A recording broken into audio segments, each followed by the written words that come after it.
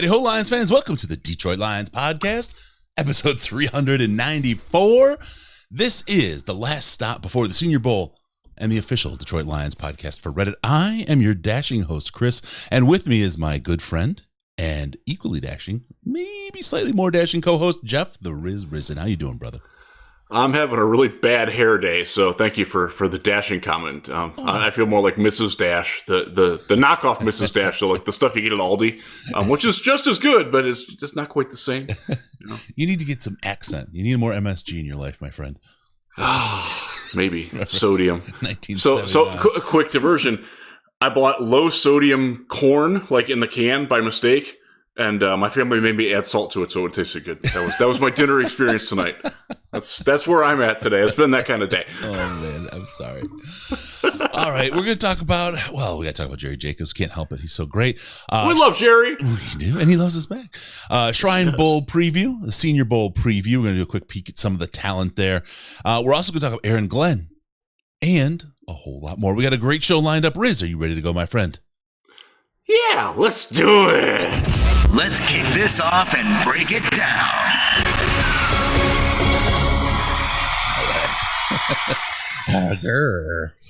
All right. It's been a wild day, man.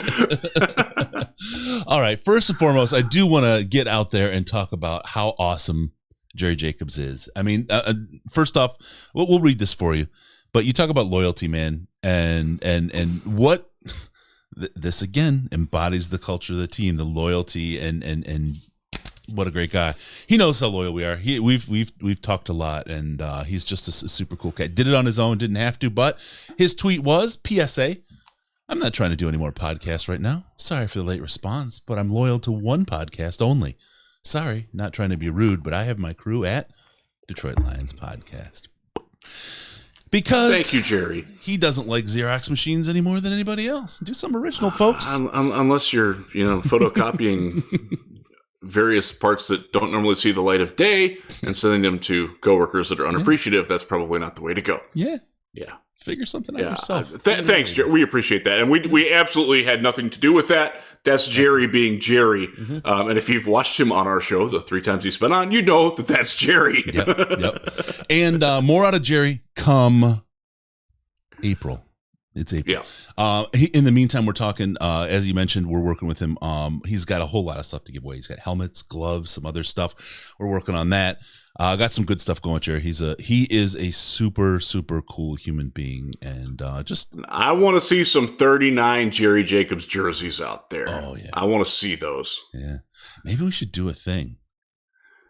Get a picture with your third jersey. We'll talk. We'll do it after the Senior Bowl. We'll work on that. But if you are a friend of the pod, if you have subscribed and liked our YouTube channel and are in our Patreon Slack, which is just $5 a month for the most intelligent Lions chat on earth, if you're getting a Lions jersey, get a Jerry jersey so you identify with us. Because tell you what, guys, he's going to be around Detroit. Like he's not going anywhere. No. You're safe in buying a 39. Yeah. You're good there. Yes, sir. Yes, sir. You are. All right. Just wanted to say, big thanks to Jerry for being who he is and being such a great guy. And other folks, just figure it out on your own. Don't follow. All right. Brad Holmes, big news, breaking news today. He's not going to be at the Senior Bowl. Chris, this is not how I framed this to you. Right away. Is this the end? Is he giving up on the draft already, Riz? What's going on? Oh, there's another game, Chris and listeners. And Brad will be there. So the Shrine Bowl is where Brad. So the Shrine Bowl has relocated to Las Vegas It doesn't exist. It went to Vegas from Tampa.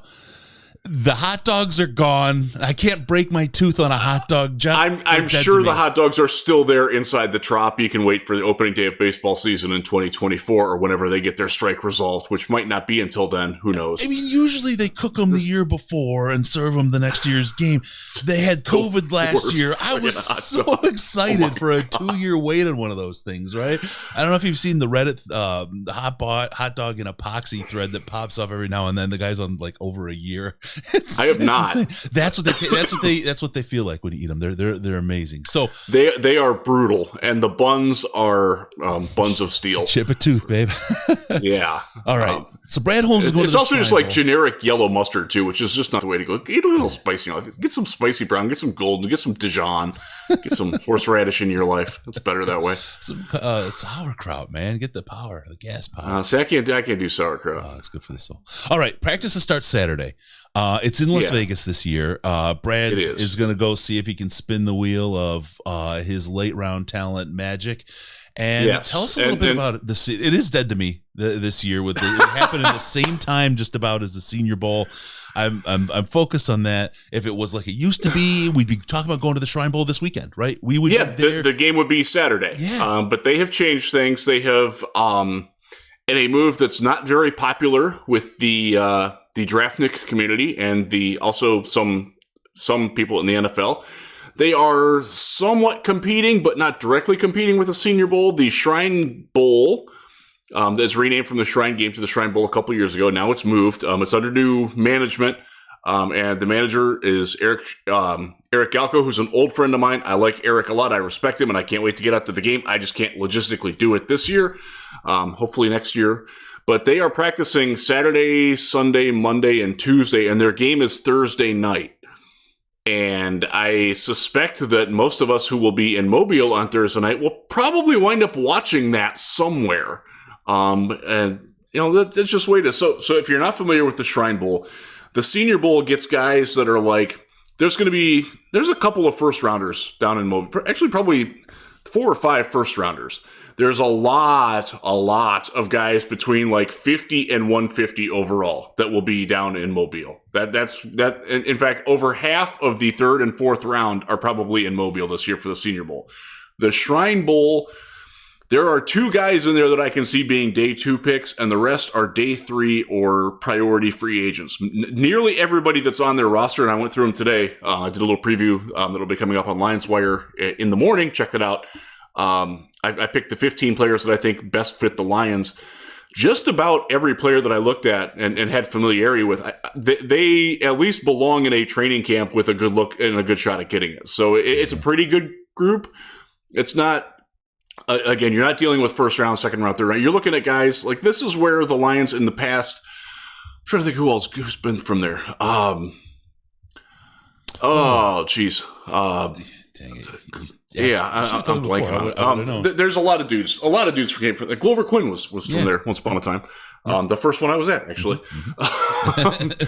It's a lot of like the 5th, 6th, 7th round, and then the guys are like, oh yeah, we want to sign that guy right after the draft. That's the caliber of guys that you're getting there.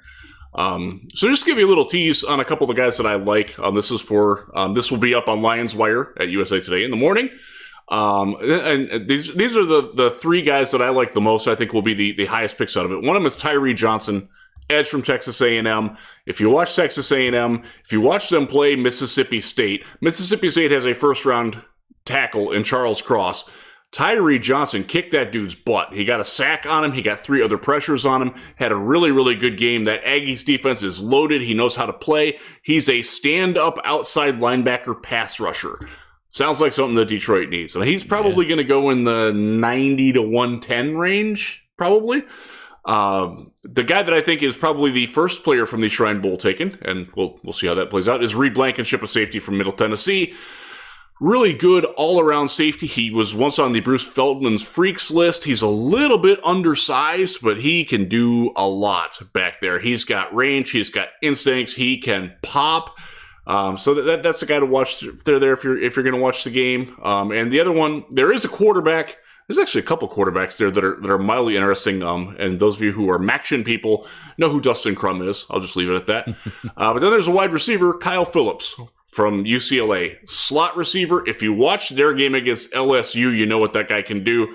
He's a lot of fun after the catch. He and Amon-Ra together as dual slots or playing on the same side of the ball is like a smaller package when you're going up against like big lanky corners like the Kevin Kings of the world. And those guys, these guys are going to kill that. And this is a guy, probably a 4th or 5th round pick, playmaker, really good hands, really, really good blocker as well for being a slot guy. So those are some of the guys that I'm watching and looking for out there. Friend of the podcast, Owen Reese, will be out there. He's going to give me in-depth reports on the offensive linemen that are there. If you have followed this for a long time, how does he feel? Owen's been on just about every year to talk offensive line with us. How does he feel qualified to talk about the offensive line? Well, I mean, he was Quinn Minor's offensive line coach at Wisconsin Whitewater. He's one player, one player. Yeah. Come on, how does the Warhawks actually have another guy? The NFLPA Collegiate Bowl is, I want to say Saturday, and I got to write something up on that. And they actually have a dude from Western Michigan, Mike Caliendo, a guard who I really like and would love for the Lions to get into a camp, get him in there. Saw him as a freshman. He started as a freshman. He started all 4 years. Academic, all MAC, all 4 years. Really, really good player. Kind of limited athletically, but that kind of guy that I'm rooting for. So I'm going to be looking at that too. But the Warhawks have another guy there too. What's Owen's official title? He is the director of run establishment. He's not the offensive line coach. Yeah. I love that he was able to give himself the title. You can do that at the D3 level. Owen is such a cool guy. I mean, besides being super smart, he's like Wisconsin Whitewater. He fit. He is absolutely a Wisconsin guy. You know what I mean? He's the burly, little bit bear kind of like he's your guy, man. Oh, yeah. He's about 6'5", about 260, not fat, but like not slim. No. Like a grizzly. And if you heard me say that, he would throw me through a car window and not apologize for it. And then he'd buy me a beer, picking me up as he picked the blood out of like a grizzly. He'd hold you down and eat you. Yeah, he would. I hugged him. He didn't hug me. Thank God, because that would have hurt. Yeah. So Shrine Bowl, you're thinking about guys. I mean, if you think about last year, we didn't have a 5th or 6th round pick. We kind of traded those away, but we had Amon-Ra St. Brown early in the 4th round, and then Derek Barnes right after that. Those are 4th round guys that Brad Holmes was able to put together. Really going to be interesting to see. And the fact that he's going there to spend some time to do the research, and he's going to miss a little bit of time in the Senior Bowl. He's going to miss probably the first day. He is going, from what I understand, he will be there Saturday, Sunday, and he leaves Monday. Senior Bowl practices start Tuesday. Remember, one of the things that Jim Nagy talked about with the Senior Bowl is that they're not having, like, Dan Campbell isn't going to be the head coach on the field for the Lions during practices. They're delegating that out. So it's not necessarily bad that Brad won't be there. He will be there in time to interview. He'll meet the players. He will talk to his coaches and say, hey, what do you think of this guy? Is this guy worth spending time for me with? Exactly. Sort of like that. It's setting the table for Brad, which is cool. But it also is giving, oddly, it's giving MCDC a little opportunity to do a little bit of GM work. Now, is Dorsey going to be down there? Potentially. Yes. There's going to be some other people down there. I can verify that John Dorsey will be at the Senior Bowl. But with Dan Campbell not having to worry about the head coaching duties, that frees him up to do some other things. And I this is interesting. And especially when you think about how they've built that front office and the collaboration between them. Now the trust that he gets from Brad Holmes and a little bit of a sense Brad's going to get of how Dan makes the decisions on players at that kind of level. It's going to help them with their communication and help them evaluate each other as evaluators as they go forward. So huge opportunity here. Undersold probably by most other people, but a real opportunity for these guys to build out how they work together. That's pretty cool. Absolutely. I like it a lot. And again, the collaborative effort is something that, like, we've hammered it a lot, but it cannot be stressed enough how important that is, that all the people are rowing their boat in the same direction. You might have somebody who's like, wait a minute, I'm sitting this rep out because I'm not sure I like that one, but they're going to keep stroking. This team got their wins this year. That's one you got to watch the video for, folks. This team got their wins this year because they were all stroking together, because they were pulling that boat in the same direction. And this is what you expect to see when you're 10 and whatever, right? 10-1. Yep. You don't typically see a team pulling in the same direction. You start to see things fraying at the sides. You see that's when you see Urban Meyer checking the oil of a co-ed that he may or may not think called daddy. You see all kinds of crazy things go wrong on a team when that happens. The fringe guys start fringing out. That didn't happen with this team. And it's not who they were. It's not how the front office is built. It's not how the team is built. You see it like Jerry, going back to Jerry, rowing in that direction because he's loyal and he's a good man and he's a good human being. He's a great football player. He's all those things. That's what this team is about. And it's something special. And this Senior Bowl is an opportunity for them to work that some more. For someone like Deuce to be the head coach, for someone like Ben Johnson to be an offensive coordinator. You get to see these things play themselves out, how they work and how these guys work together. Guess what?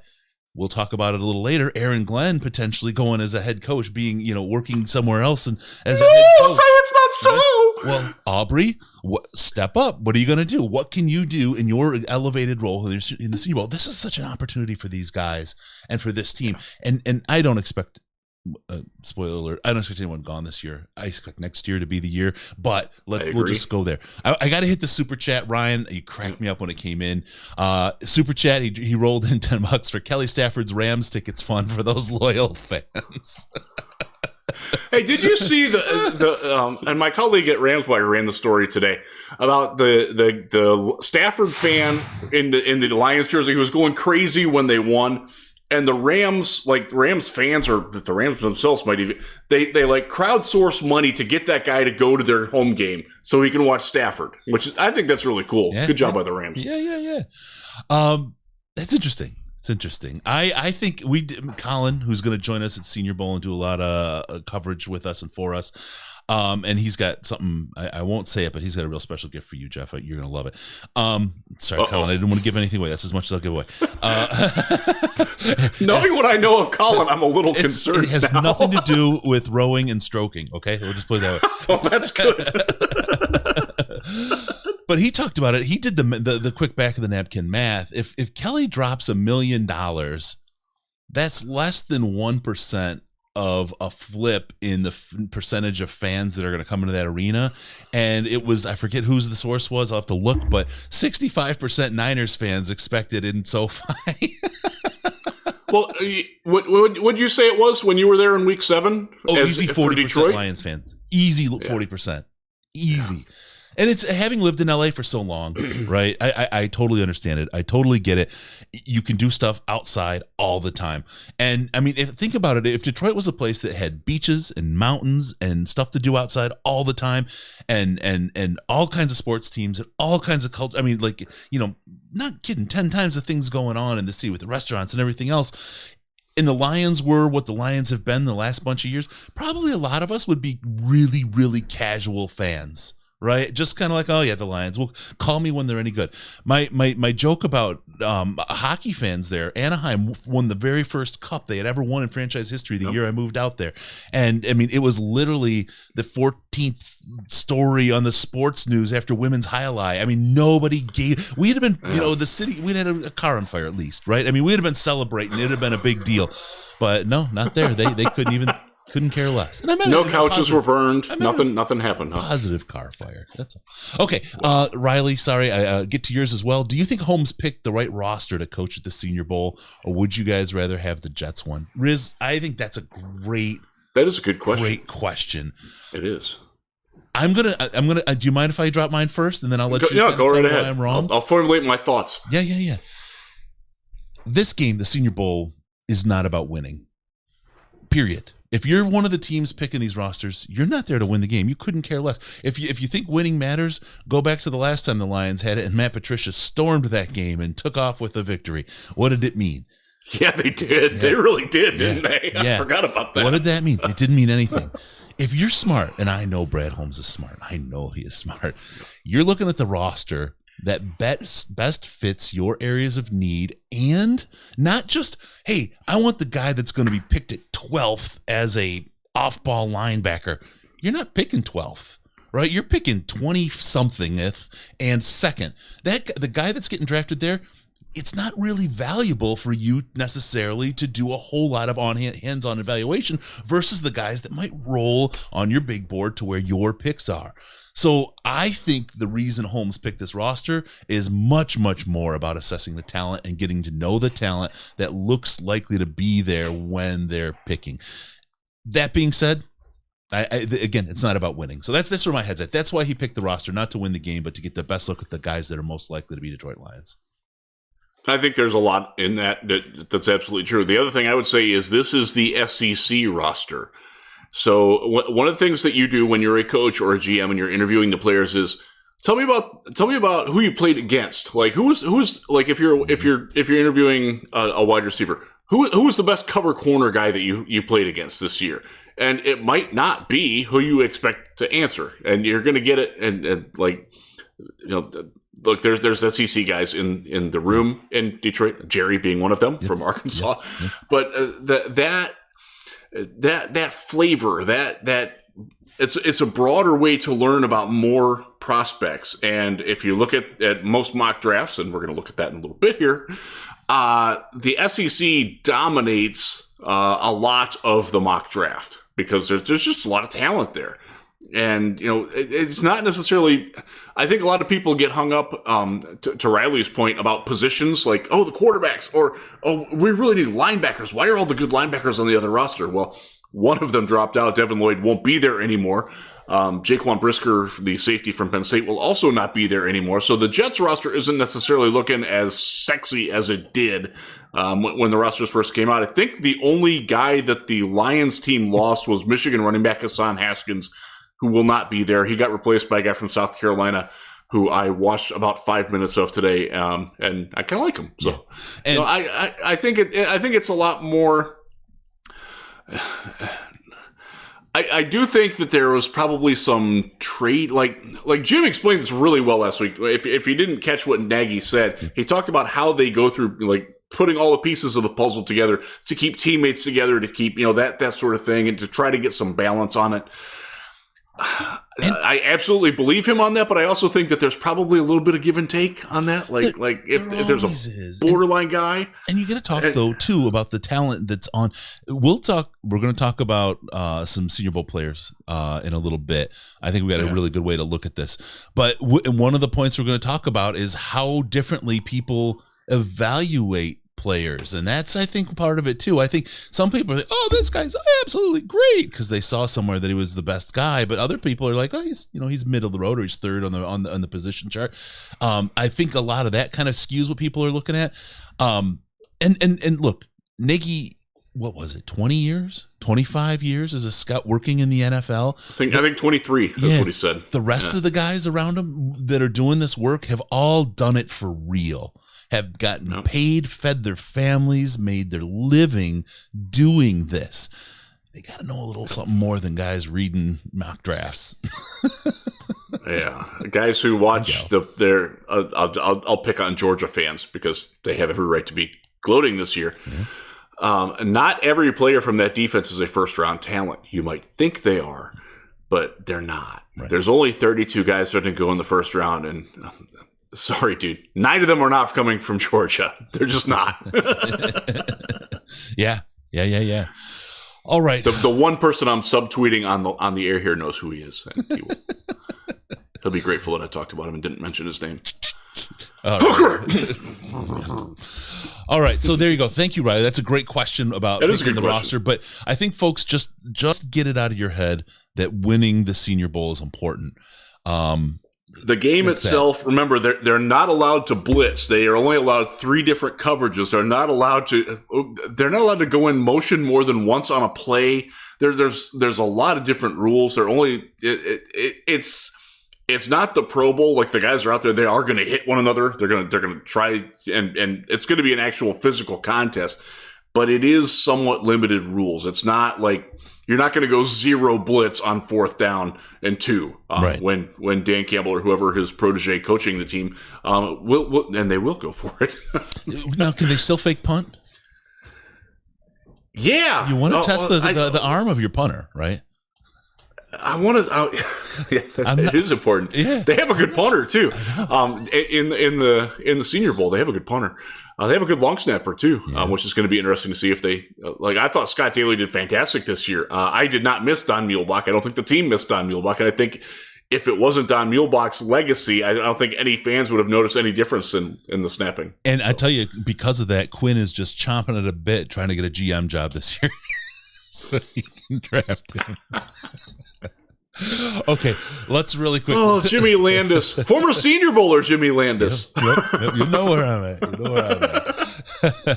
All right, let's talk about the Senior Bowl coverage, and then we'll get into some of the players in kind of a different way. Like I said, I want to talk about the coverage because there's been some questions, and I want to be really, really, really clear for everybody here, so you know how to get the best coverage from the Senior Bowl.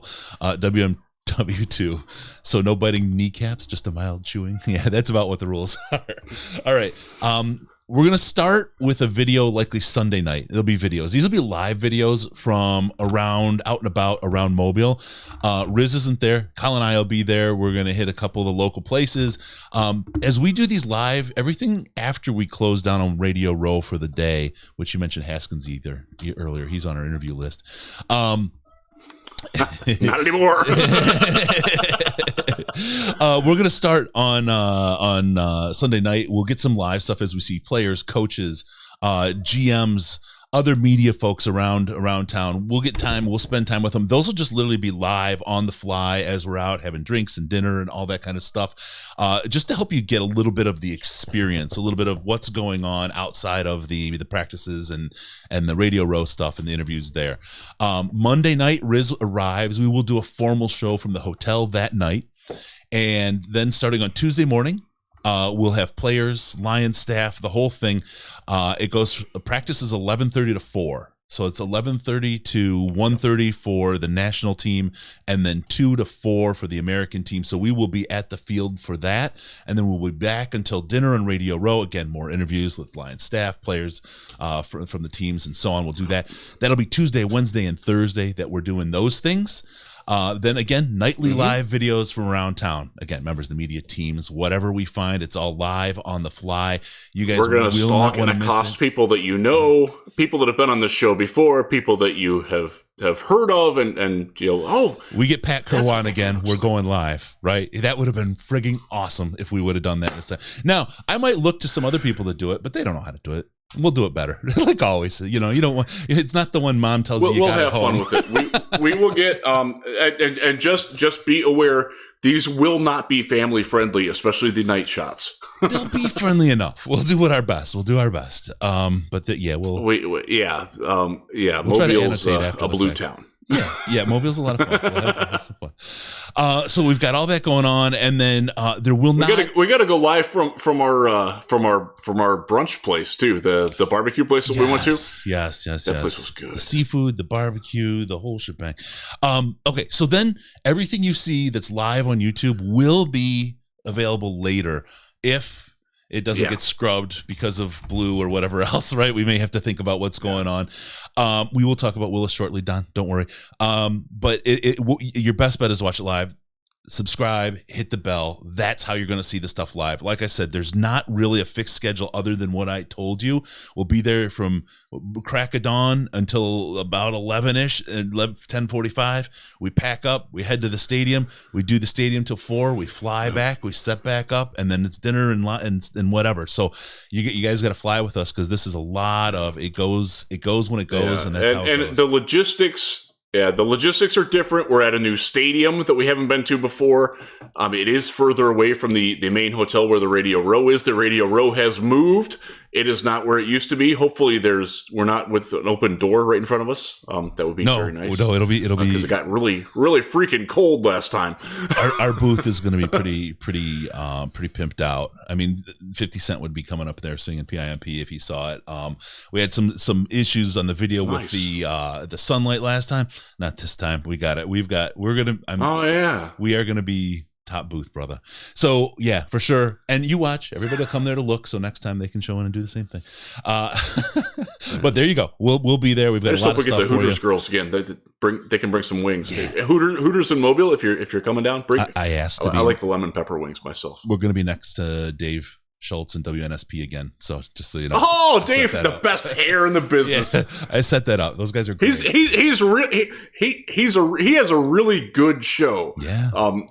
Look, it's Mobile centric, but it's very SEC centric. They do a lot of stuff with that. He's a really smooth host. I've been on with him several times. I enjoy it. So hopefully I can peeking on him again. Yep. Yeah, he's a great guy. They got a good staff over there. So we'll do he that. is. Now, here's the thing. For those who listen on the audio, it takes a bunch of extra work to put these out on audio. We're not going to be putting these out on audio as audio podcasts. Maybe once Senior Bowl's over, we'll put a highlight reel or something together, but just don't count on it. YouTube only is where it's going to be for this, because it is so fluid and so fast that things happen that it's just the way it's going to be. Subscribe, hit the bell. You'll get the best content from the Senior Bowl. I guarantee it. I guarantee it. There you go. Get your suit there too. All right. Really quick, cbd.detroitlionspodcast.com. Take care of your head. Take care of your fun. Go to cbd.detroitlionspodcast.com. You want a buzz? Get the active CBD if Delta 8 isn't available or allowed in your state. If it is, get the Delta 8. They're both just as potent and fun, and they come in really great tropical gummies. If you just want to take care of the pain, anxiety, or insomnia, get the regular CBD oils, or they have gummies and so on as well. Won't give you a buzz. And with those, you also will pass a drug test. And they also have a cream, which I use religiously after working out. And it just makes the recovery happen. I've heard about you and your cream. Oh, God. Stroke. All right. CBD.DetroitLionsPodcast.com. Coupon code LIONS, 55% off. There you go. Okay. Sorry, Mom. Why did you tell her to listen? Gosh. My mom watches every podcast. Oh my God, Mrs. Risden, I apologize. I really do, from the bottom of my heart. He has turned me into this savage beast. I used to work the choir still every week, and then your son came. I don't know what happened. Okay, let's talk quarterbacks. I want to walk through quarterbacks from the Senior Bowl, and look. Next week, we're going to be standing in front of these people. We could go through the roster. Mm-hmm. We could run through these people right now.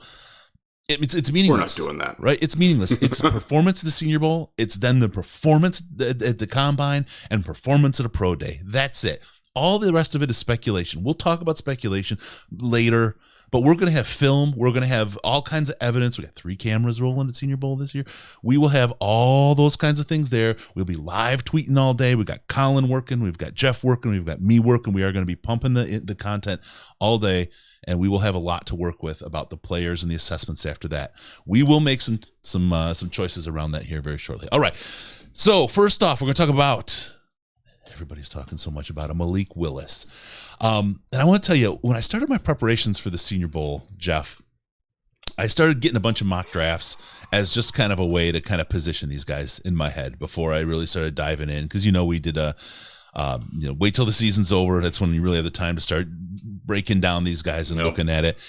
And the thing that I noticed, and that really flipped me out, and it started me down a rabbit hole, was the variation in these guys' rankings and draft positions on these mock drafts. I've got a player, and he's not someone that most people probably know. There is a 263 overall draft position gap between where this is just 4 mock drafts, right? The 263 positional difference on where he might be drafted. And I had to check to make sure he didn't have a leg amputated or something, that maybe someone did a draft a little bit early before the amputation. No, nothing. Wow. Crazy. So it started me thinking, right? There's 2 things on this. One, I think I now understand why people will bang the table. Like, sorry, Curry Sauce, I hate to do this to you, on Geis, and say, Geis is the guy, Geis, right? And then Geis, where is he today, right? People overvalue people and undervalue but based on where they're getting their info, right? And yeah, we talked about Jim Nagy and the guys at the Senior Bowl who have been real earn your crust, feed your family off of being a good scout kind of guys, versus people who are reading mock drafts and looking at what they look at highlight film, and highlight reels on YouTube. There's a real difference in what you're seeing and what you're looking for and what you're looking at. And that's, I think, where this differential comes from. I think a lot of that comes from there. I think that's part of it. I think one of the things that a lot of people struggle with, and this is something that those of us who do this for a living in the media side, we are very clear to point out when we are giving our own rankings versus our own projections, because they are very, very different. Mm-hmm. I'll give an example. Last year, I knew Will. I always call him Kyle Wilson. I knew Zach Wilson. I knew he was going to be the number 2 pick in the draft. Not not much later than the Senior Bowl took place. He never once cracked my top 103 players, which is what I publish at Real GM. And people are like, well, he's going to. Well, yeah, that's nice. I don't think he's one of the 103 best players in this draft. And after the rookie year, I would say I'm probably right on that. There's time. There's time. But I was most assuredly not a fan, and still am not. But that you have to be clear. Like, I make sure that when I'm giving a mock draft, and I know the guys at the Draft Network do this. I know Matt Miller does this. I know Luke Easterling from DraftWire does this. Daniel Jeremiah.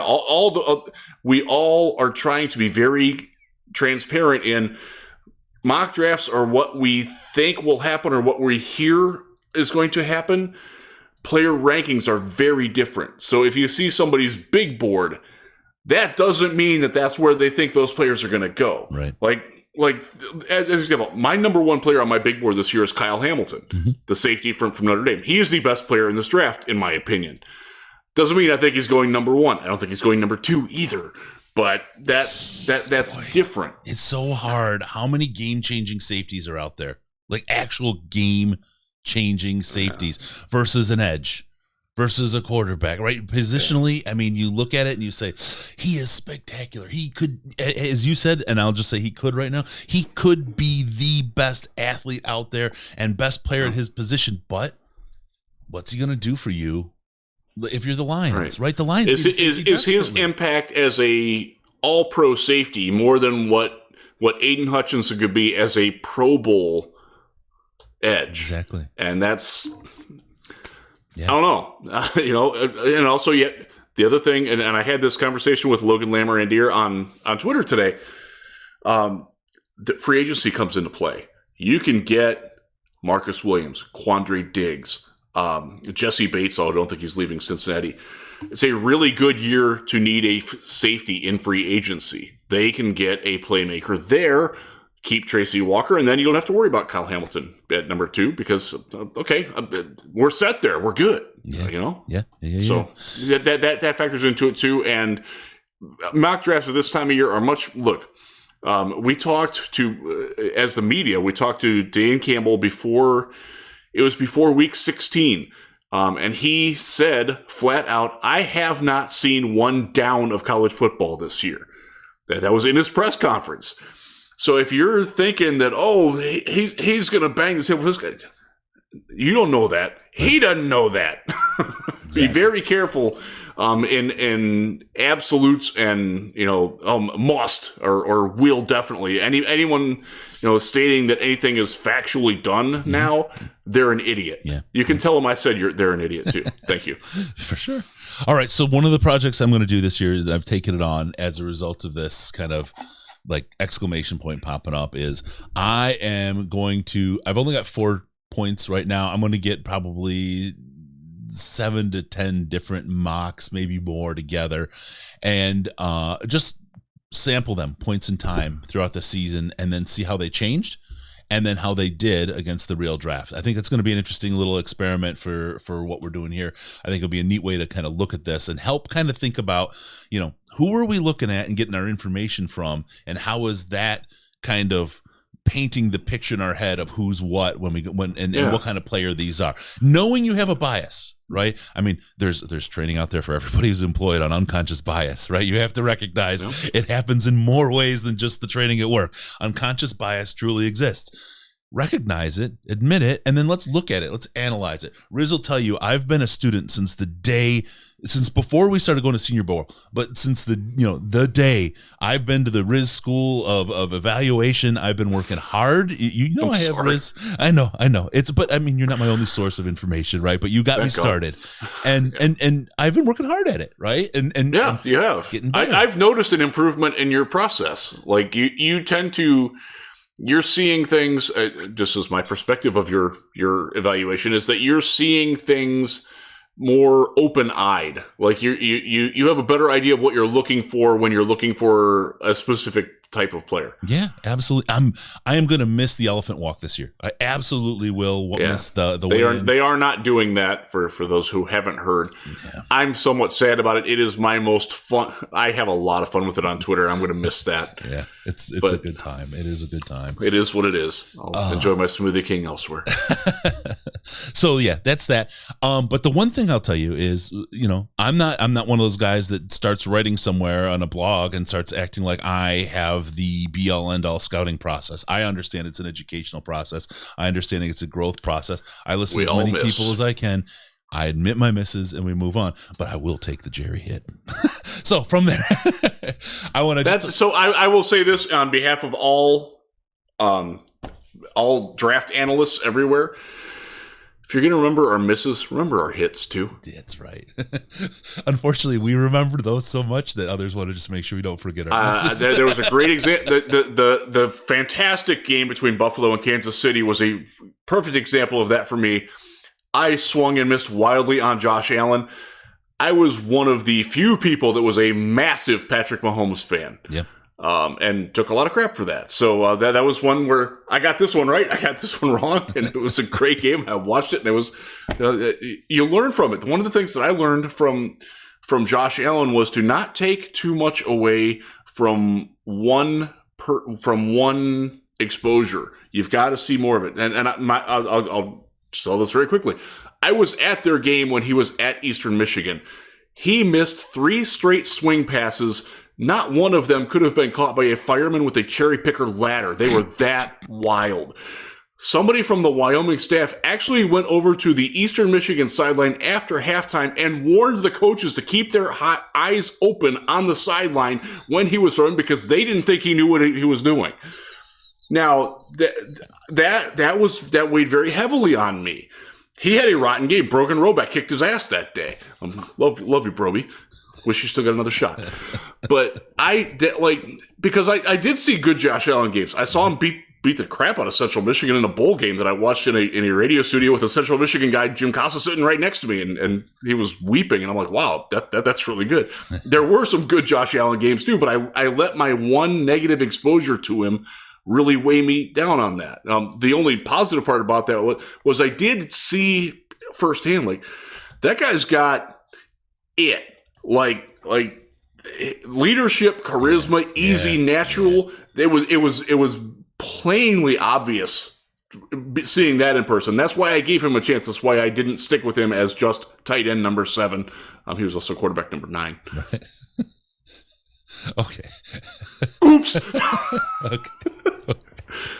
But I had Mahomes number 1, and he was my number 3 overall player that year, and people didn't like that at the time. And professionals. But just remember, take the good, you take the bad, you take them both, and there you have the facts of life. That's right. Yeah. And some folks had Trubisky ahead of Mahomes, and look what that turned into. A lot of people did. A lot of people in Cleveland did. Yeah. Oof. All right. Hey, King, thanks for reminding everyone. Please like and subscribe on this, and also check out Everything King. You like the Pistons, you like the Lions. He's got great content. Great. I mean, what I love about it, and same thing with Micro Mike. It's additive. It's additive. It's great content from people that gives you a different point of view. Sometimes agrees, sometimes doesn't, but is good quality, unique, innovative. It's their own. They didn't steal it from somebody. It's real, genuine, good content. When Micro Mike talks, you're getting Micro Mike's opinion. Yeah.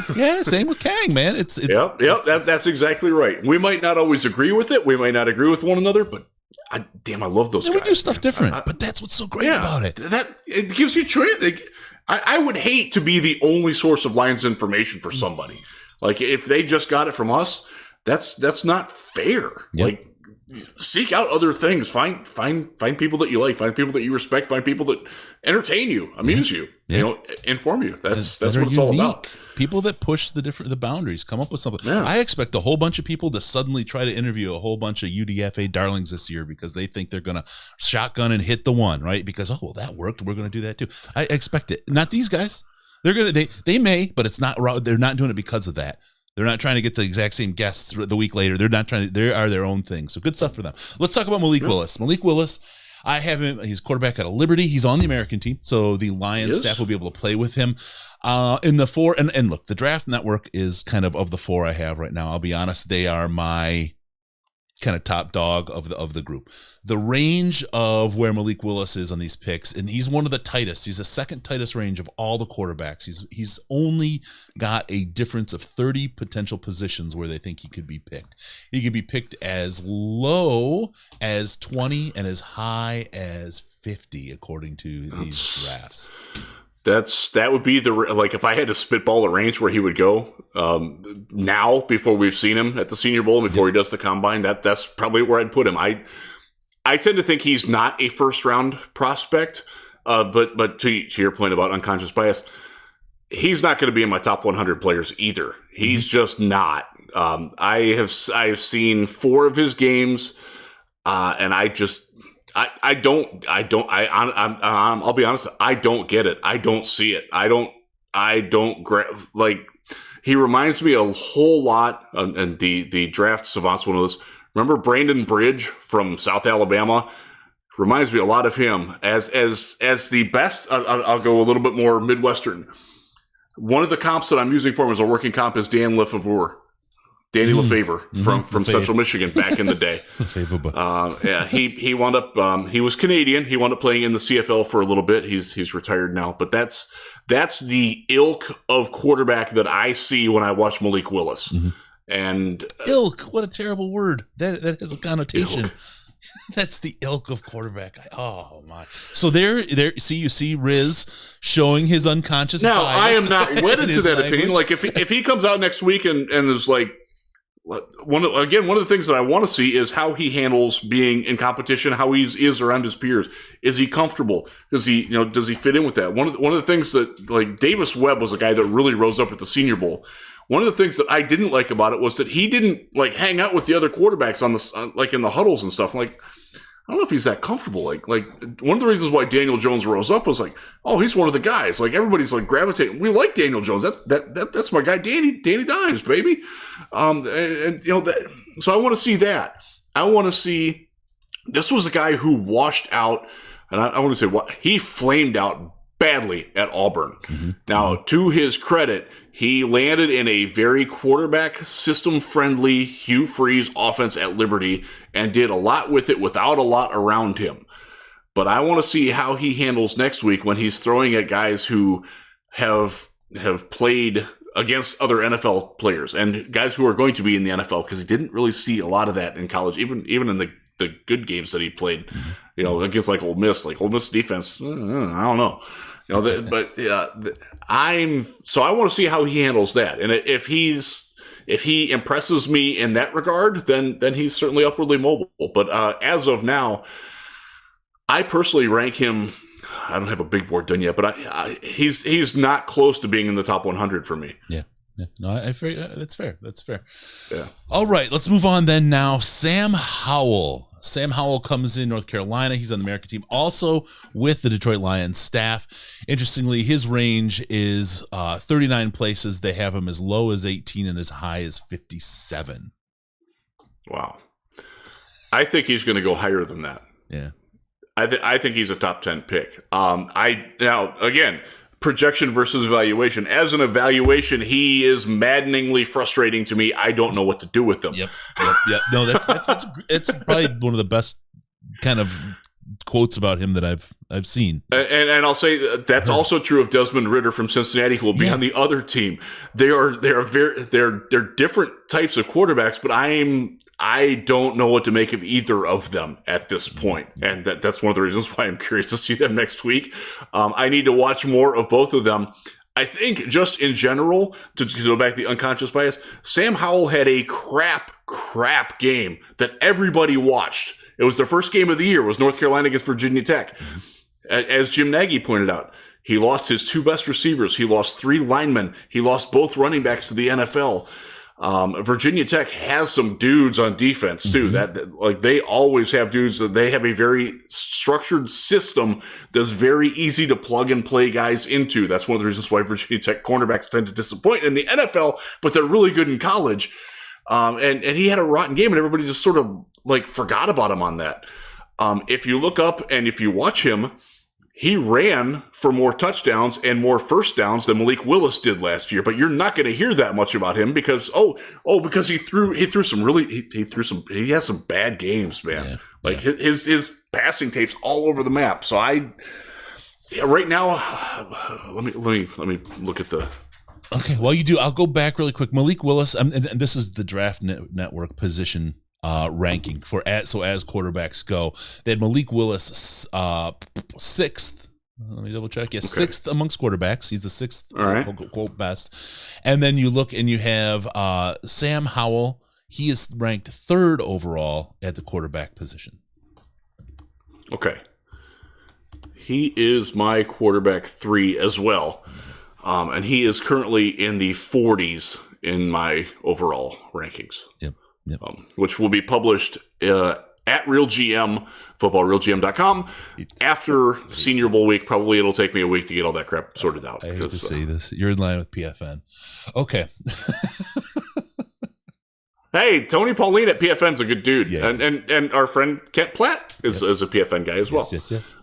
All right, so there you go. My dude Ben Albright too. Yeah, Big Ben. Well, he's little, but he's I know. He tweets bigger than his size. I'll put it that way. His physical size. Yes, he does. Let's go. I want to throw someone in the mix that we didn't talk about just because he is positionally number 1. He's a guy that everyone is really curious about, and this is one of those things, right, where I would think the Wi-Fi would go down at the Elephant Walk when the hand measurement came out. You know what I mean?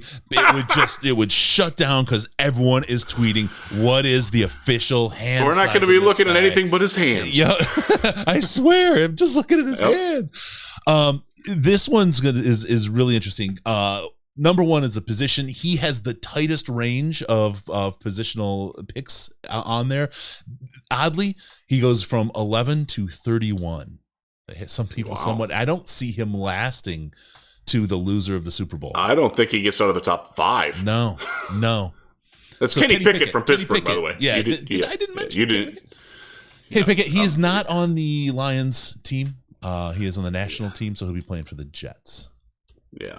The Jets, by the way, do not need it. Well, they don't think they need a quarterback. They took one last year. They're not going to take him. There are a couple of other teams who have a little bit less tenuous grasp on the quarterback position who have multiple picks who will be looking.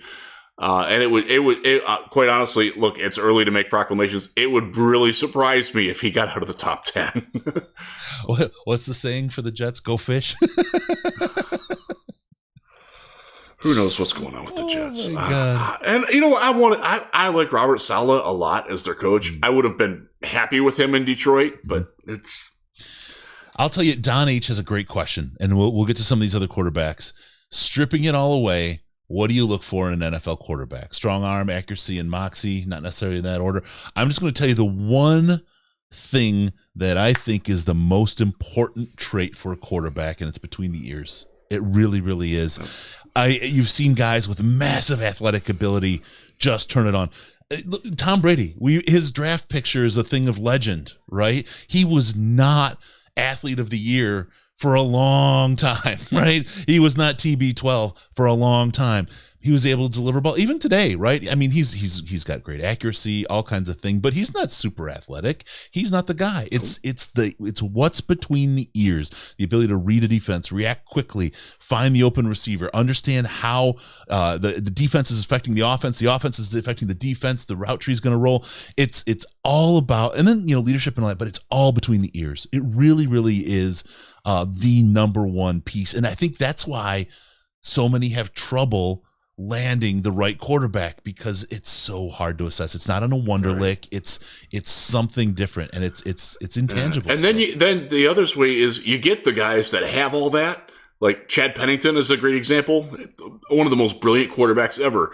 Very, very limited athlete. Yeah, He was essentially Peyton Manning with a weak arm, and it didn't work for him. It worked okay, but it didn't work out. And then you get an oop-de-doop like Joe Flacco, who's can throw the ball to the moon, and draw a lot of pass interference penalties down the field, and he got hot at the right time. Out of it, yeah. But yeah, for me, the number one thing I want to see is their ability to manage a game under different circumstances. Okay, can I handle a first quarter game where we're down 14-0? Can I handle a game where I have a lead and I got to make a completion on third down late to keep it going? Can I handle physical pressure that's in my face? Do I have pocket presence? I don't have to be a great athlete, but can I slide around a little bit? Or am I just going to turtle and fall down, or am I going to sprint backwards and circle away into the rush as Jared Goff often did last year? It's one of the reasons why I'm still not sold on him. You got to have that. A lot of what you said, Chris, is absolutely true. The mind matters so much more. But not at the. I couldn't give two craps about arm strength. There are very few quarterbacks that get to the NFL that last longer than a training camp or two with a bad arm. Cody Kessler, Kellen Moore, I'm trying to think who else. Jake Rudock did not have a good arm. Brandon Weeden did not have a good arm. Kellen Moore is the kind of guy you sign to a record-long contract at the lowest potential pay possible so you've got him signed through his coaching career. That's the kind of quarterback that he is, right? Yep. And there's a number of quarterbacks out there that you're drafting as backups 100%, right? They'll make a great backup for a long time. I have we'll talk about that some other time, because I have a philosophical debate in my head. That's what keeps me up at night about the merits of drafting a guy that you know is only going to be a backup quarterback. I didn't say we'll play that out some other time. But arm strength is like accuracy is much more important, and more to the point, accuracy all over the field. There are guys who, I'll use Brandon Weeden as an example. Brandon Weeden could hit a slant route like nobody. Like he could hit a skinny post to the tight end perfect. Ask him to throw a 12-yard out, 6 points the other way, baby. Yeah. And I hate to go back. Or the ball would sail on him. To Josh Allen's thing, one of the things that Josh Allen has done really well, and one of the things I will give the Bills a hell of a lot of credit for, is that they worked with him like, okay, you don't do that throw well, so we're not going to ask you to do it. Like, there you go. Yep. Hello? It's not that hard. Whoa. All right, we'll get back to it. Thanks for the question, Don. Appreciate Doctor, it. my arm hurts. Want to do this? Stop doing that. All right. The next one we want to talk about is Carson Strong. Speaking of arm strength, Carson Strong out of Nevada. He is on the national team. Named. They had to know. How do they know? Like, guys named Al, they're always big, right? It's always Big Al. It's never like Little Al, right? How do the parents know? It just kills me. All right, Carson Strong, quarterback out of Nevada. He's got an interesting range of 35, right? Which is third. They have him ranked at TDN as the fourth at the position, and they have him going anywhere from 24th to 59th, and TDN has him at 28. So you have a kind of like, if I was to start looking at averages, you're pushing him around the 20s a lot more than the higher numbers. That's interesting. His medicals are huge. He had a massive knee injury. I believe he tore all four in the knee in his senior year of high school. Don't quote me on that, but it was a devastating injury. It caused him to, he still wears a very cumbersome brace all the time. I wouldn't say that he's immobile. I would say that Phillip Rivers is probably the most direct physical comp to him, or what Ben Roethlisberger was in his fat late days. So those are two different things. Fat Ben, it's just like Fat Elvis, right? Fat Ben and Phil Rivers. I mean, Fat Ben was like a lumbering oaf. Phil Rivers just had a wind up a mile long, and when he screamed, it was like, every time he threw the ball, but he could deliver it. I mean, Phillip Rivers, they need to make a movie about that guy. The greatest trash talker in NFL history. He never curses. That's crazy to me. Yeah. He had a heck of a career, and he maximized what he could do. Strong is a guy that you're going to have a good offensive line. Put him in Cincinnati? No. Put him in Detroit? Maybe. Yeah. But you can't rely on that. Real quick on him. Years from now, right? He's a guy. He can make all the throws. I'll throw up the quotes there. He can do that. He worked with some talented receivers, too. He had a tight end. He's got a receiver in Romeo Dubes who's going to be down there, who's going to get drafted probably third, fourth round, somewhere in there. Really talented guy. Guy that I wouldn't mind seeing in Detroit. So coming from an offense, and they did actually play some decent defenses. I know San Diego State has 2 or 3 defensive players. One of them should be in play for the Lions at the end of the first round, top of the second round. Cam Thomas, a defensive end, pass rusher.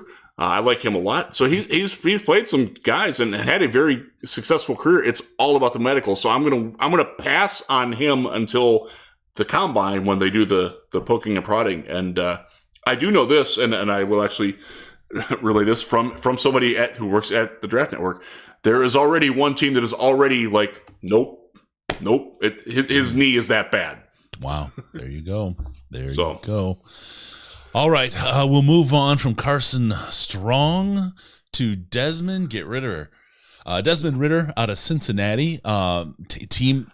People didn't believe in that team this year. People didn't believe in Cincinnati, and they made it down there. They had a tough time against Alabama, but they showed that. I mean, I'd be proud of that program if I was a fan of Cincinnati. I think Michigan Look what they played a bowl game a year earlier against Georgia. This is one of the greatest bowl games ever. Yeah, fantastic. And Ritter was great in that game. Yeah, absolutely. So you got Ritter. He is looking at 5th overall at the position. And his range is 42. They've got him going from anywhere from 29th to 71st. And the Draft Network has him going earliest at 29th. 29th, by the way, would be the Lions' current pick if the Rams lose Sunday. Yeah. Yeah. So interesting on that. Yeah. And I don't hate that. I don't hate that. I'm not enthralled, but I don't hate it. We'll see. So Ritter has we were talking about how important the mental game is. He's got that. Mm-hmm. He's got the leadership. His problem is that sort of in the Josh Allen vein, you don't always know where that ball's going to go when it leaves his hand. Like he has games where he's pinpoint accuracy and he hits guys on the dead run. And then there are ones where like, oh, they got to reach way back. You know, mm-hmm. the sort of inaccurate Matt Stafford. Like, okay, it's completed, but there's no yak because the receiver had to stop and fall down to catch the ball. There's a lot of that with Ritter too. And as with Howell, I don't know where I'm at on him yet. So I know that if he winds up marrying someone that'll buy tickets to keep the enemy fans out of Ford Field, he's good enough for me. Just judging on how he looks, he's probably not going to have trouble finding that person. That's right. No, he's an interesting cat to me. I really, really am interested to see what he does and how he performs the Senior Bowl. He's one of those guys that, you know, if he can get that accuracy, right? If he can pinpoint that, boy, he also can be slow to make the decisions, and we're looking at that. That is troublesome today. Too. We look at that today, right? Yeah. So, but the thing is, if you think about what I don't want to say he's a perfect comp to Jared Goff, right? But if you're building yourself an offense and you need a backup that can carry you for a game, and you don't want to have to shift everything up, might be an option. Goff is not a terrible comparison for him, honestly. No, he really isn't. No. Just not arm for arm. Okay, so next one. Guy Jim Nagy talked about, here's a guy who has everything to prove, potential upside. Bailey Zappi from Western Kentucky. He will be on the American team, getting the looks from the Lions staff. Of the 4 data points, I've got a range of 0. So actually, he's the tightest range because there's only one group that thought he was going to be drafted.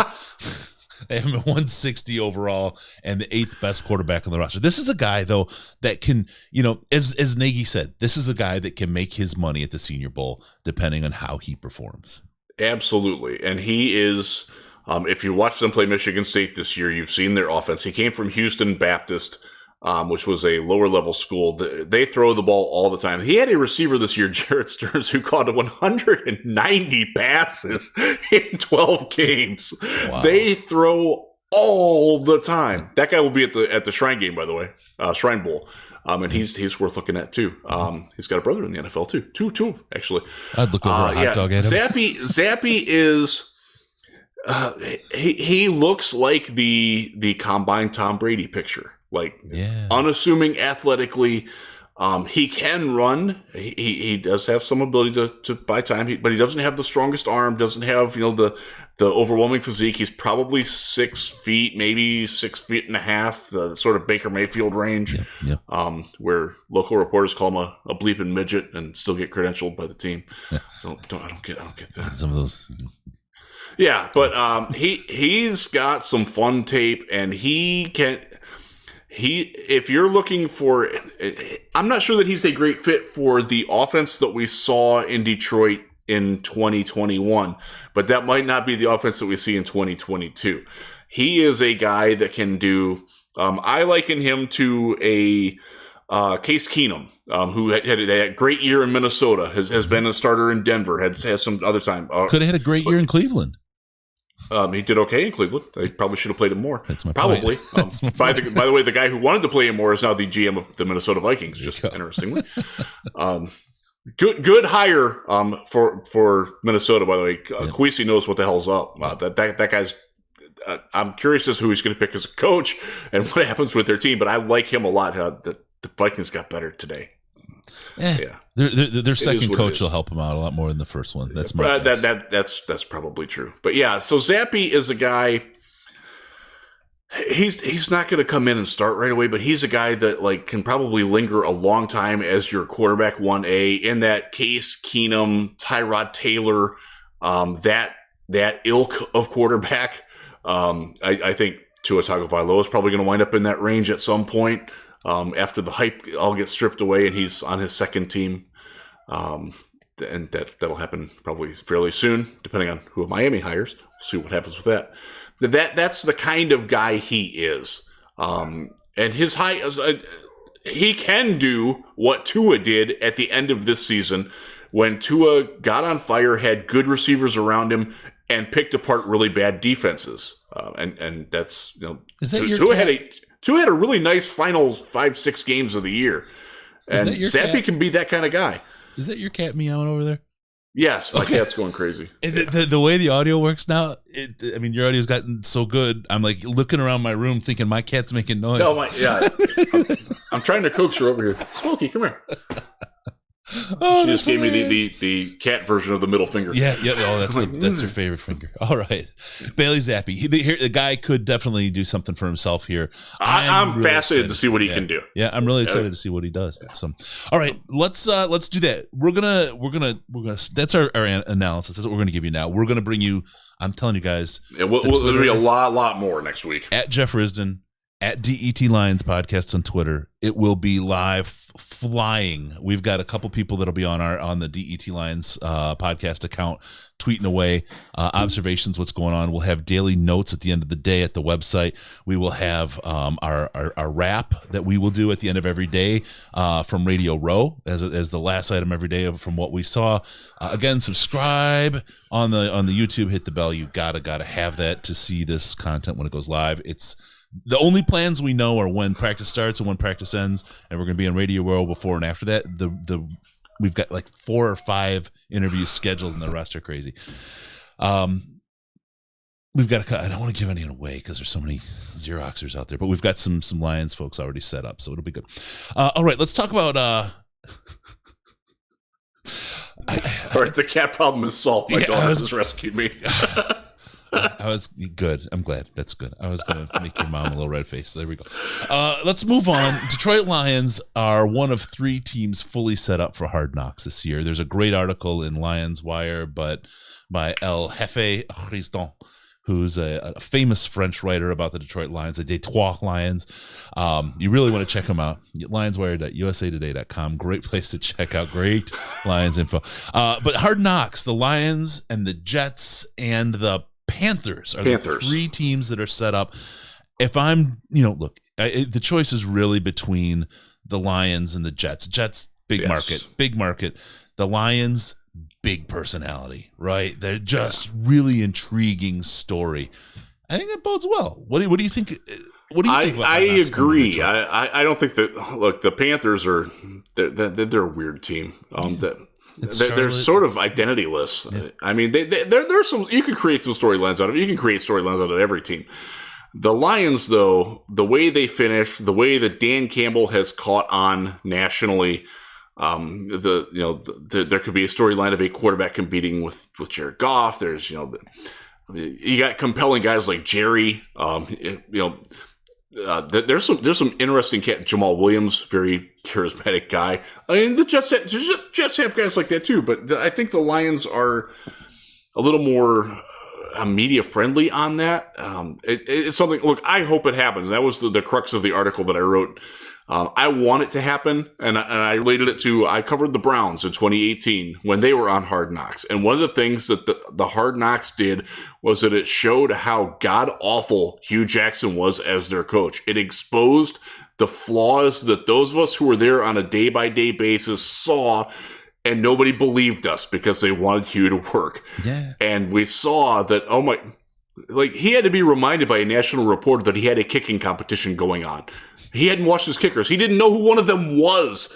It was bad. And you saw how Greg Williams and Todd Haley were butting heads, and how Hugh was just sort of playing them off against one another to just try to stay on top of it. It showed the dysfunction. The light came on and the roaches scurried. And it was a good thing. Like at the time, everybody's like, "Oh my God, this is the worst thing that ever happened," because it shows how bad we are. Well, that's how you got to be better. You got rid of those problems. Like, if the best thing you can say about your offensive line coach is that he drives a Maserati and his belly bounces up and down when he says "hut," and that's what Bob Wiley was. Like, that's what people remember from it. Like that was a really rotten coaching staff, and people needed to see it. And here's the thing, and we've talked about it. I mean, folks in the Slack knew before the bye week the changes that were coming. They've heard things in the insider stuff that's all played out, right? They've seen it all. They know we've got insider info of what's going on.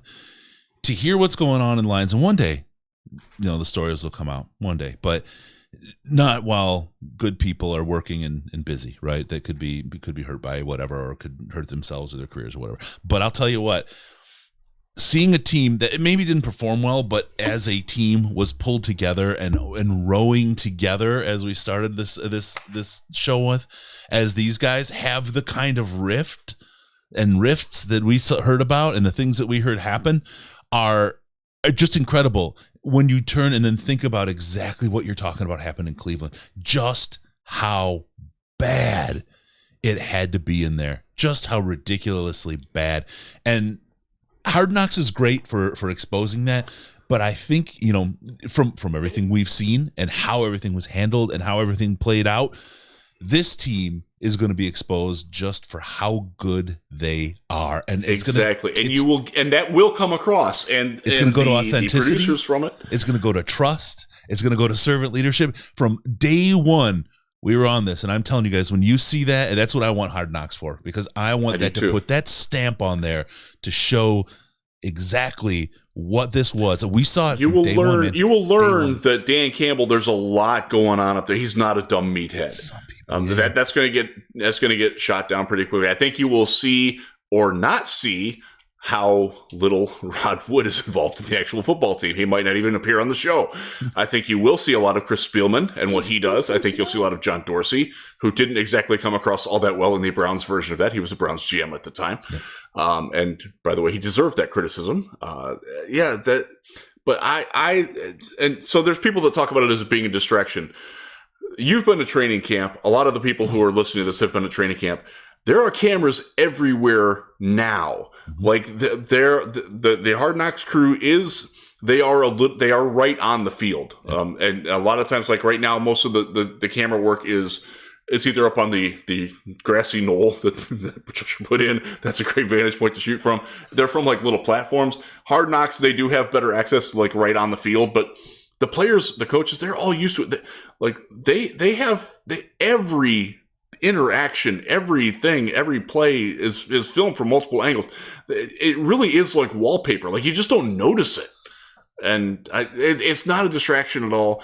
The producers are going to go in. They're going to talk to guys. They're going to find the compelling guys. Mm-hmm. In Cleveland, it was Carl Nassib and Devon Kajust, the tight end with his who believed in the powers of the crystals. Yeah. He actually retired to pursue a career in whatever you do with crystals. I don't really know what you do with that. But yeah, kind of you'll find, and it's fun to learn about your players like that. Jeff Fisher's Rams, by the way, they were exposed for the Jeff Fisher didn't 7-9 bullshit. Some 7-9 bullshit. I wish I still had that drop. Darn it. Like, you learned that from Hard Knocks. You learned that, okay, that's based on what we're seeing here. That's probably why there's some 7-9 bullshit going on. He's probably done. Yeah, he's probably done. Yeah, so it's informative to learn about that, and you learn so much about the players. Like that, there was a guy. What was his name? Damon Sheehy, an undrafted punt returner who lived in his truck for a while. And he had a really good punt return in their first preseason game, and he became a star overnight. He wound up signing in that call your own play league or whatever.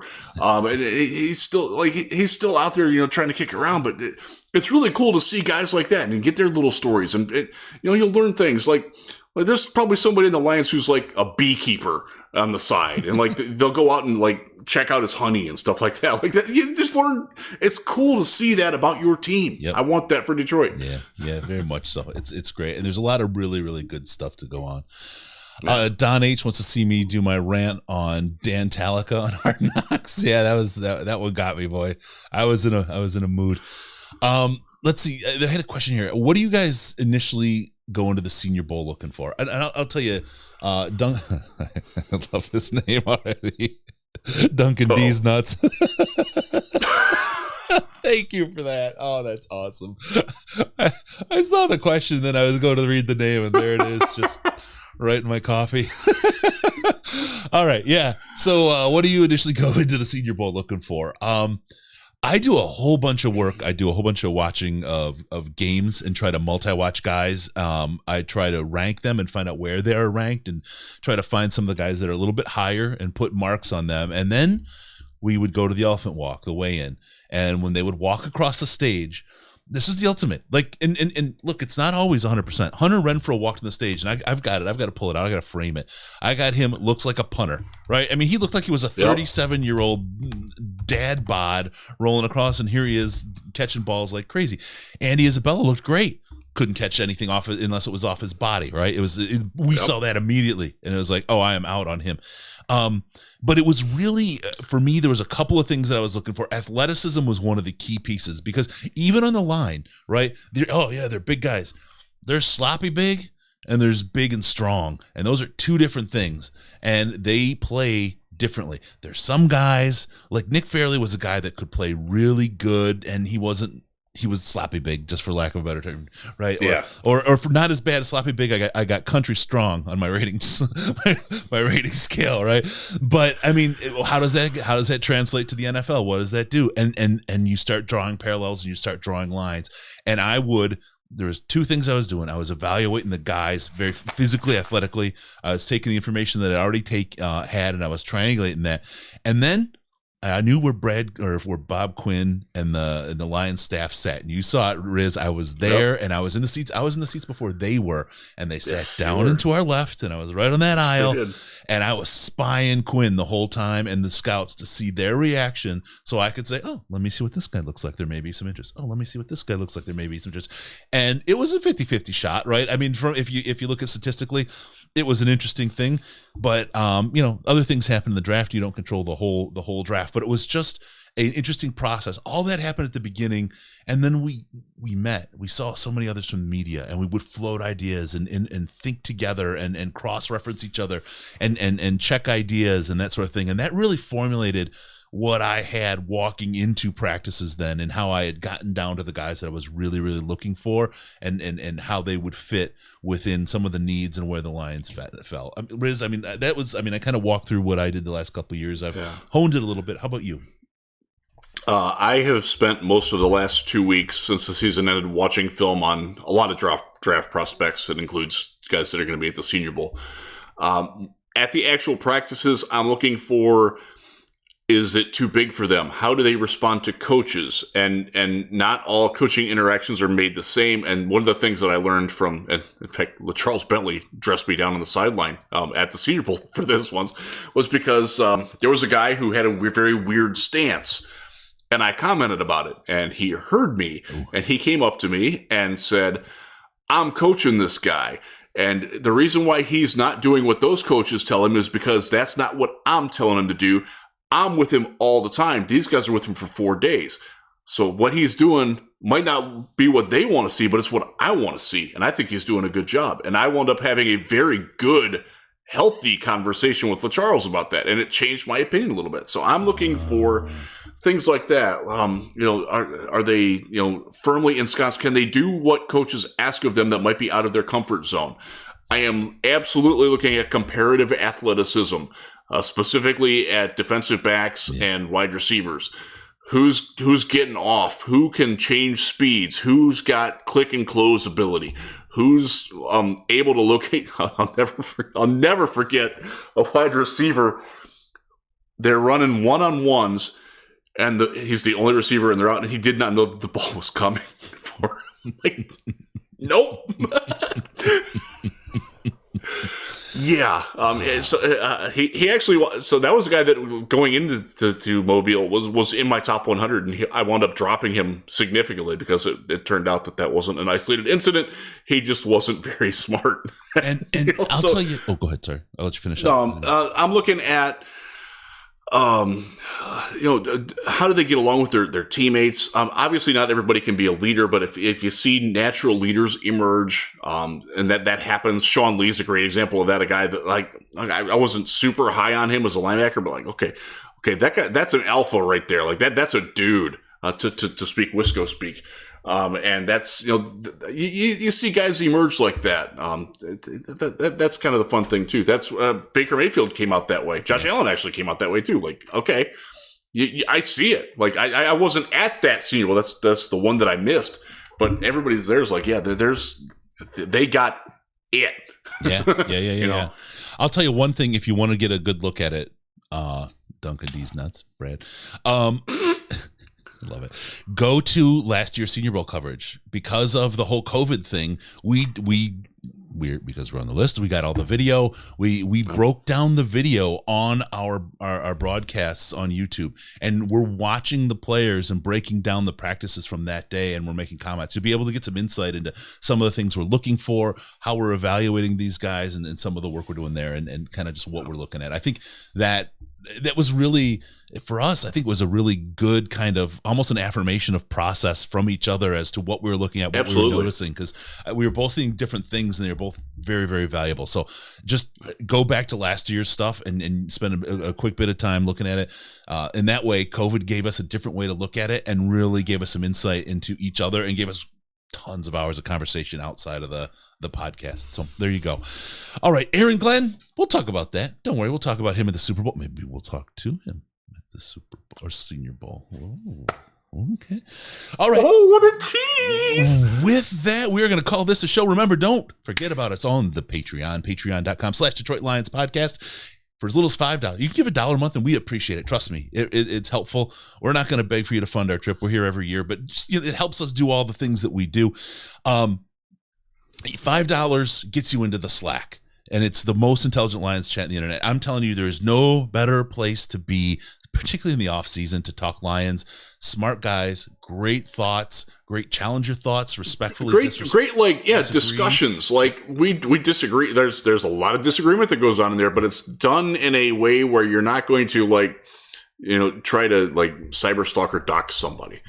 Yeah, exactly. It's good people. It's good people having a good time. So check it out. Patreon.com/Detroit Lions podcast. Also on Twitter, if you want to see the Senior Bowl content, you have to be following us because it's going to be flying at 100 miles an hour. We will let you know everything that's going on in depth as it happens at DET Lions podcast, and at Jeff Risden, as you see below.